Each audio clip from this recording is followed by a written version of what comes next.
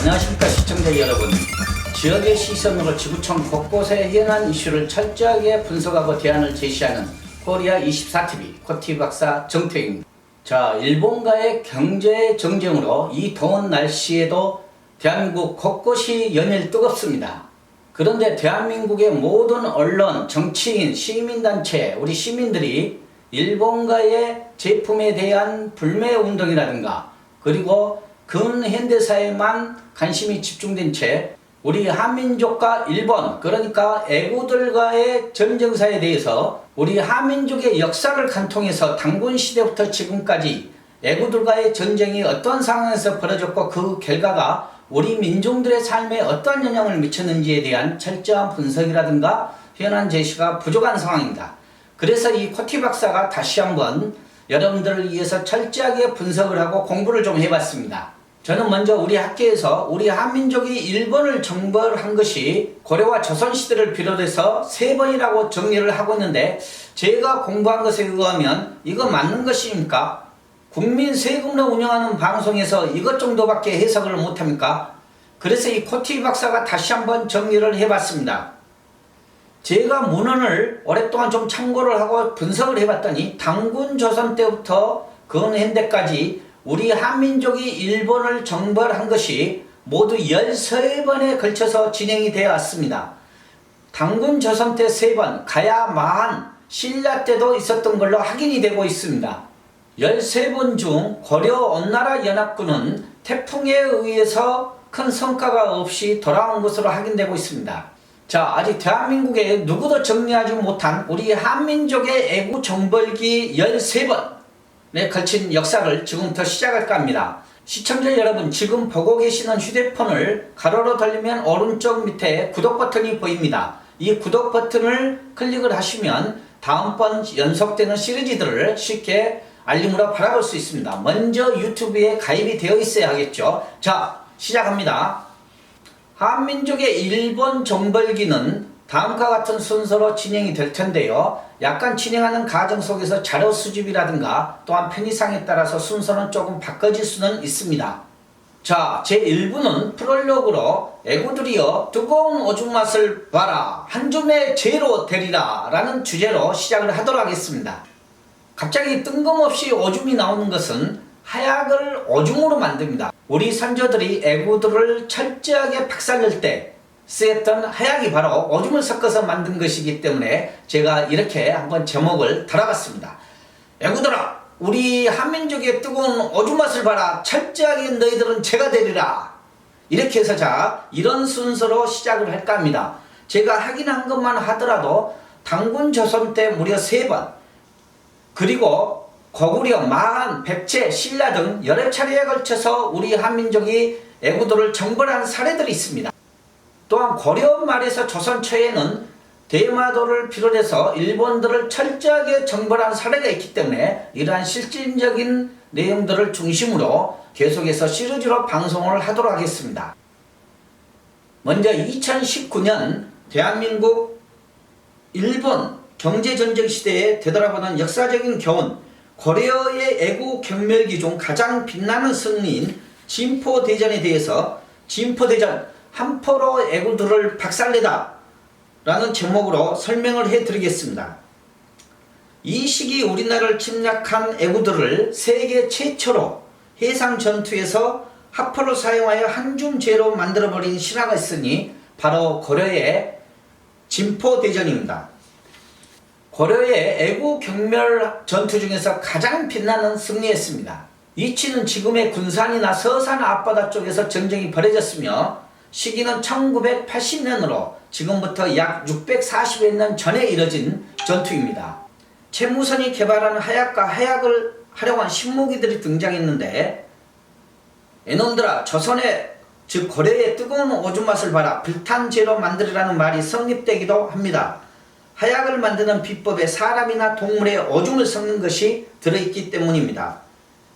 흔히 하약에 쓰이는 흑색 하약은 그때 당시 숯을 넣기 때문에 검은빛이 나고요. 하약으로서는 황과 숯 그리고 질산칼륨을 적당 비율로 섞어서 만들어냅니다. 질산칼륨이 높은 온도에서 열이 분해되면서 산소가 발생되고 이 산소가 열려인 황과 수술태여서 많은 열을 내고 다시 이 열이 질산칼륨의 분해와 황과 탄소의 산화를 계속 진행시켜 결국 폭발하게 되는 것입니다.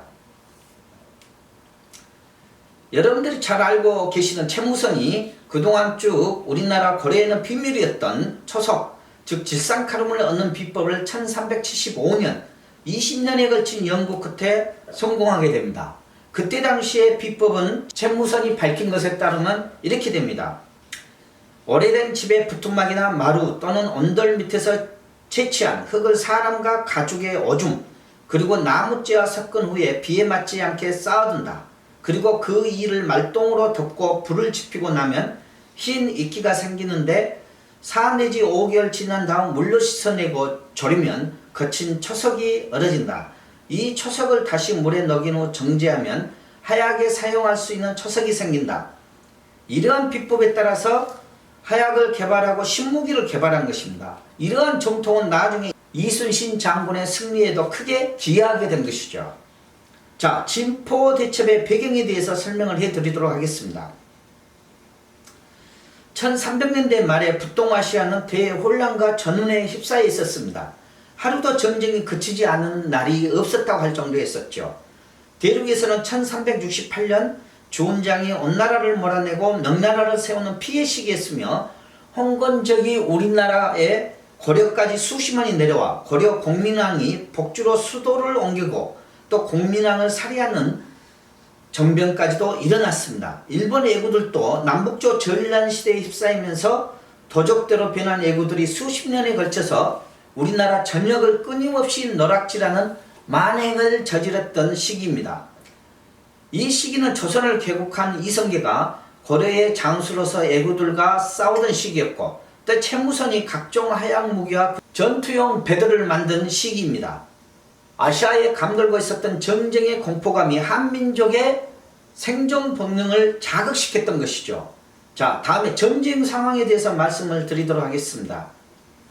1350년부터 애구는 동아시아의 혼란을 틈타서 본격적으로 남해안 일대뿐만 아니라 수도인 개성까지 침입하고 항해도까지 침범하는 등 한반도 해안가 거의 전 국토에서 백성들을 대상으로 노락질을 하면서 우리 한반도의 국가 기반을 흔들어대기 시작을 했습니다.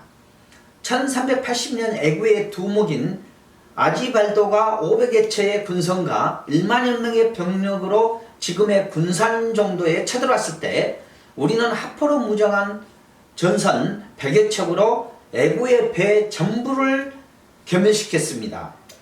이때 당시 애구들의 전략을 살펴보면 곡식을 약탈하여 배에 실어했기 때문에 파도에서 안전하기 위해서 큰 밧줄로 배들을 서로 묶고 대형을 갖추고 있었고요. 배들을 묶고 지휘를 하는 대장선을 중심으로 앞에는 연락선이라든가 공격선들을 배치하는 진영이었습니다.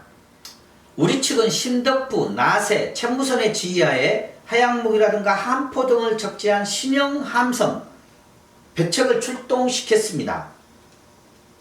밧줄로 서로 묶여있는 전함을 향해서 일제히 하정과 하통, 하포를 사용해서 집중사격을 퍼부어서 적선 500척을 모조리 파괴시키고 소각시키고 애구들에게 붙잡혀 있던 300명이 넘는 330명의 고려 백성들을 구출하기도 했습니다.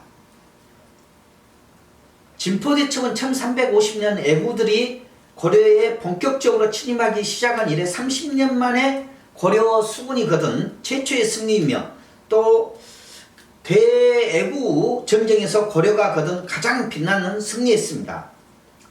이때 당시 살아남은 애구들이 옥천이라든가 연동 쪽으로 달아나서 계속해서 약탈을 하면서 버티고 있었는데 일부는 상주와 선산, 금산 쪽으로 달아나게 되어 있습니다. 이걸 토벌한 사람이 바로 양강, 전라, 경상, 삼도 순찰사로 임명된 이성계 장군이었습니다. 조선을 개국한 것이죠. 나중에 이게 바로 그 유명한 항산대첩입니다. 애구는 단지 70여 명 정도만 지리산으로 도망을 갔었는데 이들도 모두 토벌되었습니다.